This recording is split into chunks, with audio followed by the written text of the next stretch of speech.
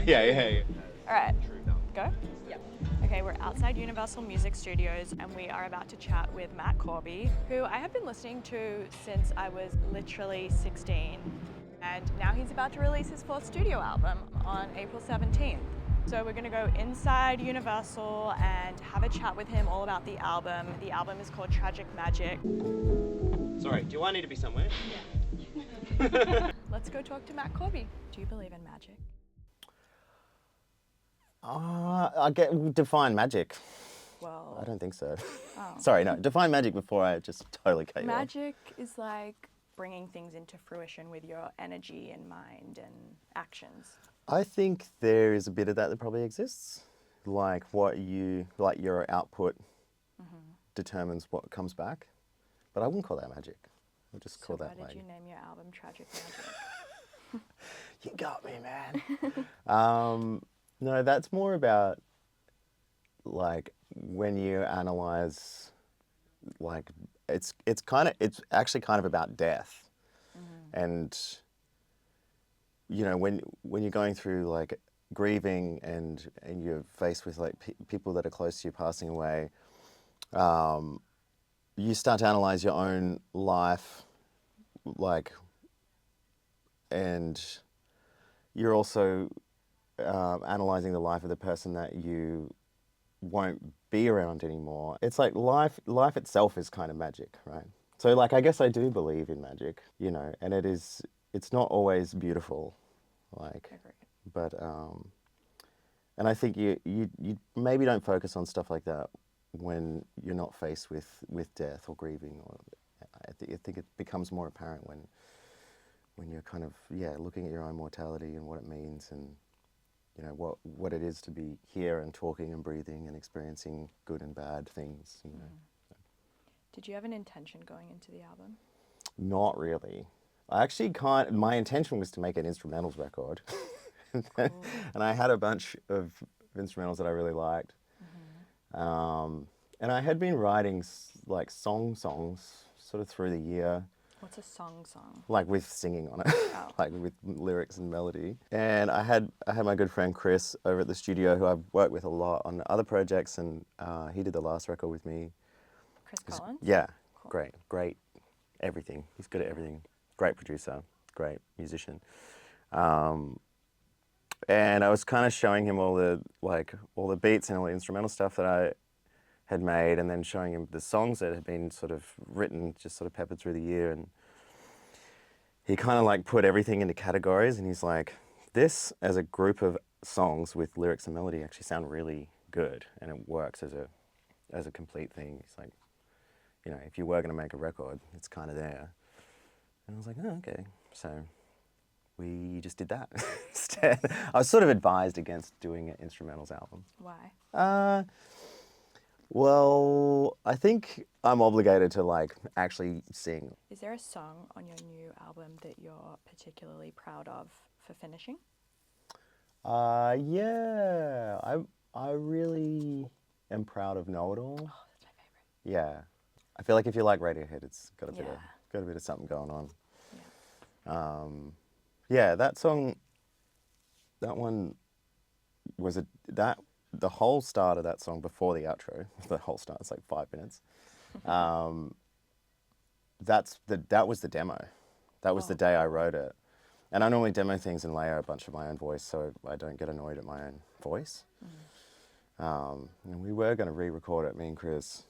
And then both of us were like, it sounds great the way it is. Like it's a little bit rough around the edges and messy, but it's like that's how it should feel. So we just whacked a big old outro on the end, and we were both like, cool, that's done.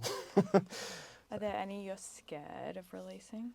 All of them, really. Really? Do you feel nervous? I get really anxious before records come out. Like I don't know. I just like, music's fickle. People are funny. You never know when everyone's just going to be like, that's shit, and that's not going to happen. Well, it happens all the time. Yeah, I know, but like, surely like your talents and skills kind of surpass all that noise. No? I don't think anyone's exempt from people being like, yeah, or just not, I don't know, hitting the zeitgeist or something. I don't know. Yeah, right. What is the zeitgeist right now? It's always changing. I I don't. forgot. I haven't. Yeah, Gotta yeah. switch I lanes. honestly don't know. I'm the least tapped in human. You said you don't listen to a lot of modern music, Not really. but have there been any modern artists that have cut through for you? Yeah, there's been a few lately. I think I don't listen to a lot of new music when I'm in a writing phase because I don't want it to seep into my brain and then I start regurgitating it. There's a band called, oh, what's that song? The song's called "Can I Call You Rose." Hold on, let me get my phone because I always forget names of things. I can't even remember the names of my own songs. Is that bad? Maybe you're just cathartically letting go. Oh, the Sacred Souls. There's not a lot. It's kind of throwback. Are they Australian? Soul. No, I don't think so. Actually, I have no idea where they're from. I'm kind of into the monophonics too. I feel like they sound really good. And then I just listen to I listen to a lot of instrumental music. Have you heard of I think it's just one guy who's like a producer, a guy called Cartoons. No. Very good. Okay. Very, very good. He put out a record recently. I don't know if they're a band or if it's just one guy that gets people in to play. But yeah. What's next for you? We are going to do a run through Australia, playing a bunch of shows, which I'm very excited about. Do you like touring?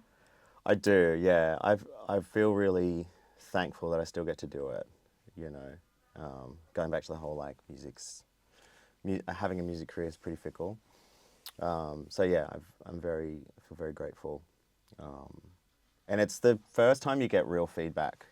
Because you put a record out and you're like, silence. Yeah, and maybe every now and then someone will be like, hey, I really like it. But there's nothing instant about it where you go, oh, cool, it's out and I feel so good. It's just oh, it's out. It's just like crickets, you know.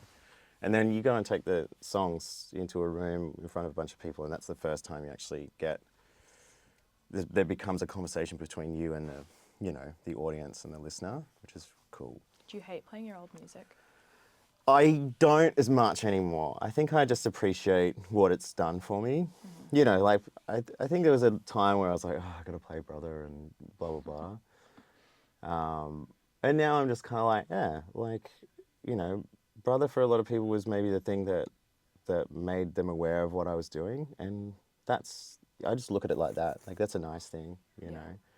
And I just hope that I can try and take people on a bit more of a journey, past that, that initial reaction.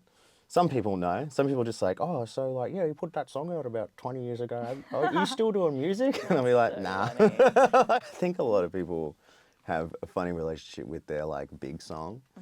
I think a lot of people feel, maybe feel a bit funny about, they probably think that they make music that's a lot better than that. And they go, oh, why am I just being remembered for the thing that's kind of a little bit silly? Yeah. And I definitely thought like that for a little while, but yeah, you got to just look at it. I mean, you're an entertainer at the end of the day, you know. And if people are buying tickets to see you, they're spending their hard-earned money to have those moments. It's really for them. It's not really for you. So I just kind of That's very selfless. give that over and try not to get too annoyed or anything. I think a lot of these songs are going to feel really good live. So yeah, do you try change them a lot from the recording? I think they have to a little. I can't have a bloody 9-piece band on stage with me. There's a lot of moving parts in a few of these songs. You could. So I could, I'd just be broke. Yeah. So we have to do it in a way that's kind of cost effective. It still keeps the show feeling really good. Yeah. So yeah, I mean, if it was up to me, I would have 7 other singers on stage, which would be so good. It would sound amazing. But again, that'll happen. I'd be broke. Manifesting. Yeah, true. Magic. True. Magic is And there's the full circle. And now we did it.